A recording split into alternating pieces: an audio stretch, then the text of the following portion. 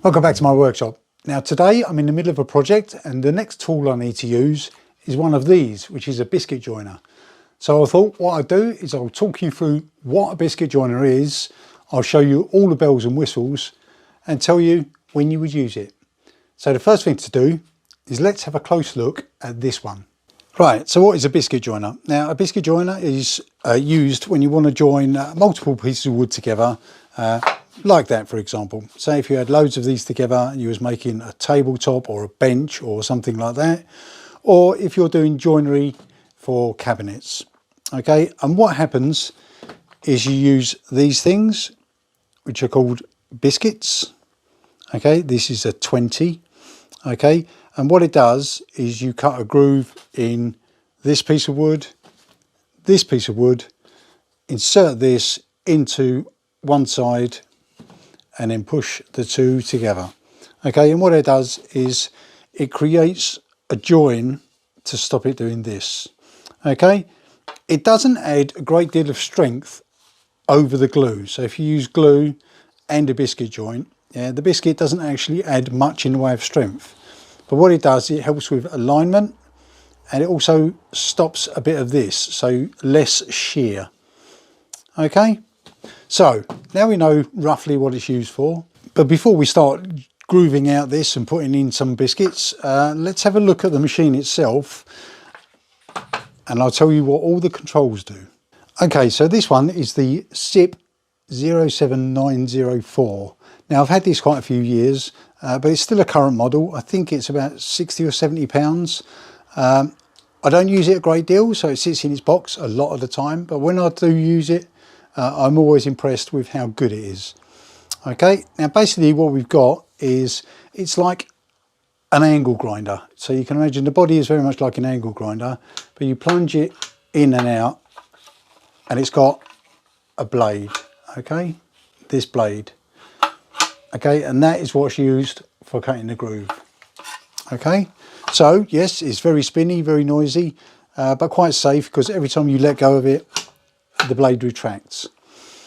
So let's have a look at the body. Now, first of all, we've got a trigger, but we've also got a safety lock here to stop you inadvertently pushing the button.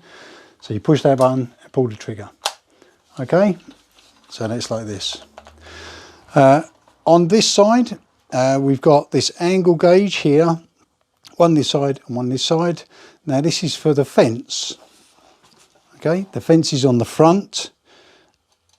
Undo this knob, which is on the left hand side on this model, and it basically allows you to loosen the fence, okay, to get different angles. Come on. Okay, and then you can lock it into position. Okay, so this at the moment that's at 90 degrees. You'll see why in a moment. There's a marker here which shows the angles it's at. So obviously 45 degrees, but I very rarely actually use these. I will measure this angle independently. Also, it's got a separate section here for a second set of grooves, which allow you going over center. Okay, if you would ever need to. I've never had to use that, but you can. Okay, so this goes from flush all the way up to 90 degrees, and then this section over center. Okay, now you can adjust this for accuracy. On the front here, we've got a screw with a locking nut, and basically what you do is you set this to 90 degrees. Okay, and you can see at the back here there's a stop, and what you can do is you can adjust this screw against the stop and make sure that this angle is 90 degrees. Okay, it probably doesn't make a fantastic amount of difference, but it's always nice to have it set up properly. Right, okay, so that's the fence and the adjustment on the fence. Also on this side we have a dust extraction hose.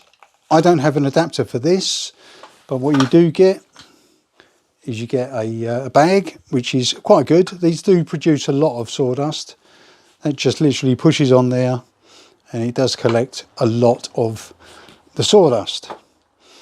Okay, here you have the springs for when you're pushing it in and out. So as soon as you let go, it retracts. On the top here, that's worked in conjunction with this knob on the other side. Okay, and that is for moving the fence up and down. Okay, so you adjust the fence up and down. This has got to be unlocked. Okay, so this moves the fence up and down. Now this is obviously used when you're using this function. Okay, so this moves the fence up and down. You can see this is moving up. Okay, and you go down again. Okay, and I'll show you why you do that in a moment. Right. Once you've adjusted the height of your fence, you have to lock it off on this side. That's what this knob's for. And basically that pinches against this rod and it secures the fence. Now don't try and use it without that locked off because it will be a bit too floppy. Okay, on this side we have a depth adjustment, okay, which is fixed points. Okay, there's a little mark here that lines up with these numbers. Now on this particular one, it's got some numbers and they tie up with how deep the blade is going to go. Okay, you also have an additional adjustment here to adjust it for a bit more accuracy. But here, say for example, we'll go 19 on here. And what that relates to is how far the blade comes out when you push it in. Okay, so this is on 19. Okay, and that ties up with the depth of the blade. Okay, so obviously if we set this to 4, plunge it in, it's only going to be 4 millimeters. Okay, so that's what these numbers, they do appear to be random, but that's what these numbers are for. And obviously you can finally adjust it with this locking nut and then adjust that. Okay, but most of the time I will only use one of these because I normally use these biscuits, which are 20s. Okay, if we can see. Okay, these are 20s, not very clear. But you can get smaller ones like this. Now these are 10s. Okay, now the angle of these are the same because obviously it uses the same blade, but you can see one is wider than the other. Okay. Okay, finally on this side we have a depth gauge here which shows the depth of the fence. Okay, now that's the depth of the fence from the blade. Now really I don't go by this much because it doesn't seem to be fantastically accurate, but basically as you turn this knob at the top here, yeah, there's a marker here and it lines up with this gauge. Now say if we set it to 20, that should be 20 mil between the base of the fence and the top of the blade. Okay, but as I say, I never use this. I tend to use a separate measure. Okay, but it's there if you want it. Once you've set this and you run your series of biscuits, you don't need to reset it until next time you want to do a different job. Okay, how do we use this thing? Right, I've come over to the bench now because I need to mount these securely. Now, if we wanted to join these two, okay, so either just these two, or if we wanted a series of these to make, say, a bench top or a tabletop, okay, what I need to do is, first of all, establish what face I need to be my reference face. Okay, so I want these two faces to be flush. So in theory, you could have two pieces of wood that are a different size, okay, and you could flush them on the top. Okay, so luckily for me, these two are the same size, but we're going to use this face as our reference face. Okay, So what we need to do is establish whereabouts they're going to be, and then literally strike a line across both. Okay, one line there, and we'll do another one here. Normally you wouldn't have them this close together, but this is just for a demonstration. Okay, so now I've got 2 reference lines. Now what we need to do is we don't want to put the biscuit too close to the top. Okay, because what happens if you have them too close to the top, these biscuits absorb the glue and they swell. Okay, and when they swell, they can make this top bow. So if you're doing a tabletop, you could end up with, as you look across the tabletop, you could end up with ridges going up and down. I think that's called telegraphing. So we want to avoid that. So what we want to do is go about halfway. Okay, so this is a 44mm piece of wood, so we want to go 22mm. So what we do is we set up our jointer to 22mm. Okay, so I've now set the fence. I've got the fence at 90 degrees and I've got this set 22mm from the base of the fence to the middle of the blade. Okay, if you can see that there. Okay, so from the base of the fence to the middle of the blade is 22mm. Okay, now obviously you've got the scale on the side, but if you look at this, now it doesn't relate to 22mm at all. Okay, so I'm going to measure it using a separate rule. Okay, so we've got 90 degrees, we've got our depth set. Now all we need to do is set the depth of the plunge. Okay, so I'm going to use 20 biscuits, not 20 biscuits, but 20 biscuits, these ones here. Now if we look at these, 0 there. Okay, the biscuit, you don't have to measure these. Once you've done it once, you'll know. But they're 23mm, okay, or nearly 24mm. So really we want to go at least halfway. So half of it is in one piece of wood and the other half is in the other piece of wood. So if we set something like a 12, that should be good. So we look at our scale here. Okay, 12. All right, okay, so in theory, this is now set up, ready to cut. Okay, so we've now got a piece of wood that we need to cut into. I've got it securely mounted to a bench. Now using this reference mark, which ties up with these reference marks.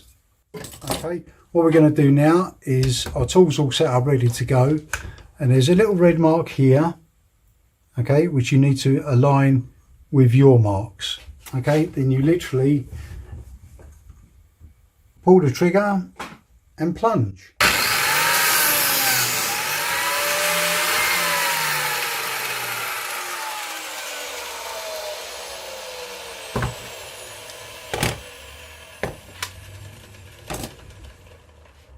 Which gives us this. Okay, so we've done our first piece. Now remember, the top was our reference, so we want the top of this to be flush with the top of that one. So make sure we use the same top as the reference. Okay, we securely mount this to the bench.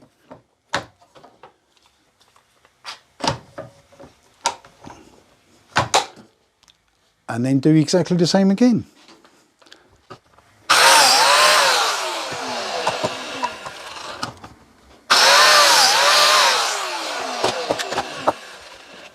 Right, so we now have our matching grooves. Now the biscuits we know are 3.95mm, so nearly 4mm. Okay, and we know that the blade thickness, so the kerf on the blade, 3.94mm as well. Okay, so the hole that this made should be the same size as these. Okay, and all you do is you fit that in there, fit that in there. Then, in theory, you should be able to just line up your lines and it should just slot together. Excellent. Okay, you've got a little bit of lateral movement here. Okay, so you've got to make sure you get your lines aligned. Okay, so that's how they join together.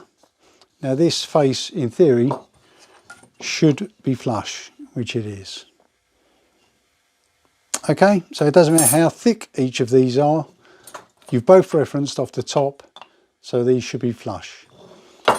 Okay, so all we need to do now is stick some glue on here and here, put some on the biscuits, and then clamp them together.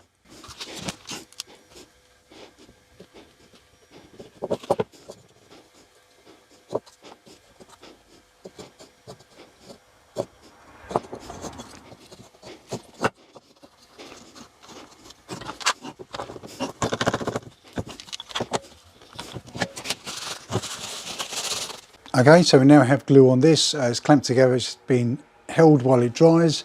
Now the biscuits, in theory, okay, even though they're hardwood, what they'll do is they will absorb some of the glue and they will swell slightly. So any free play that we had in the groove should fill. Okay, that's how they work.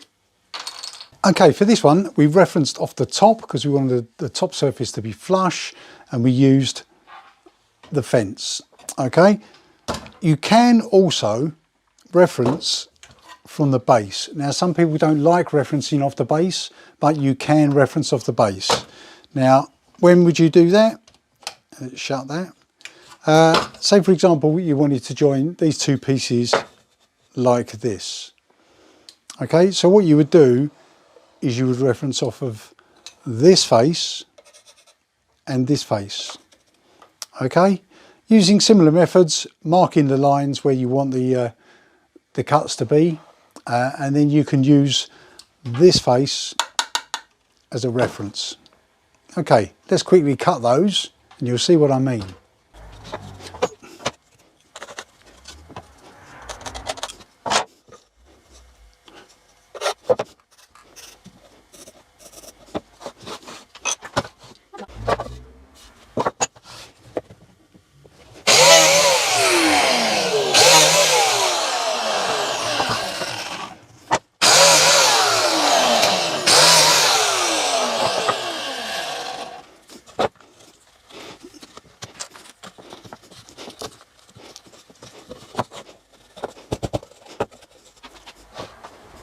Okay, so you may have noticed I forgot to put the dust bag on. There's dust everywhere. So the dust bag does work only if you put it on. Right, okay, so what we got here is we've now got these two biscuits in here, the two grooves in this side.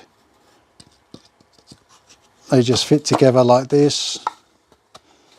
Okay, and because we referenced off of this side and this side, these two are now flush. Okay, so same again, glue them up, stick them together.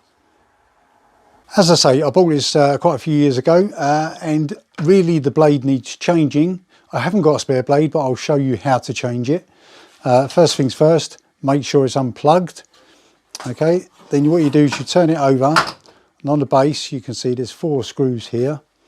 So you unscrew those.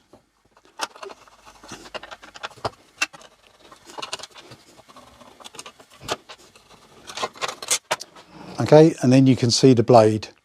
Okay, single Allen key in the middle, and on the top here you've got a spindle lock. Okay, so you push this in and then it locks the blade. Okay, then you can undo this, replace the blade, tighten this back up again, and then put the cover back on.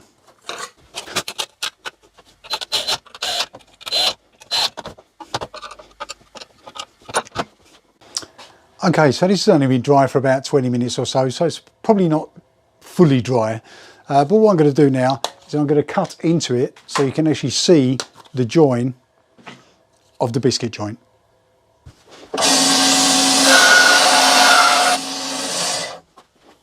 Okay, so just cut this along our mark line there, and let's have a look inside.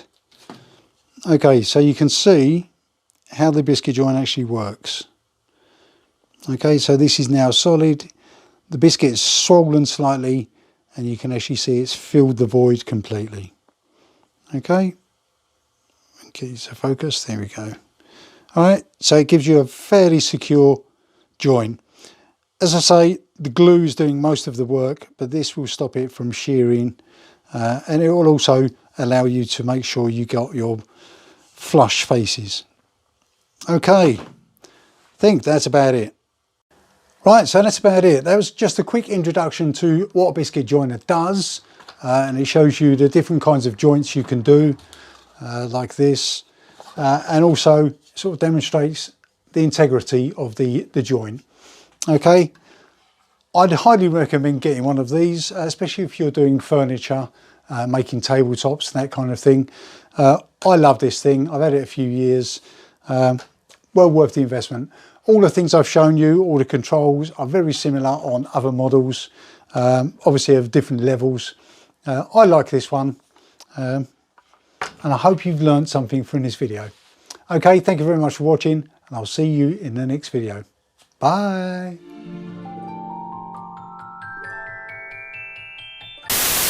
Put some on the dominoes, not dominoes.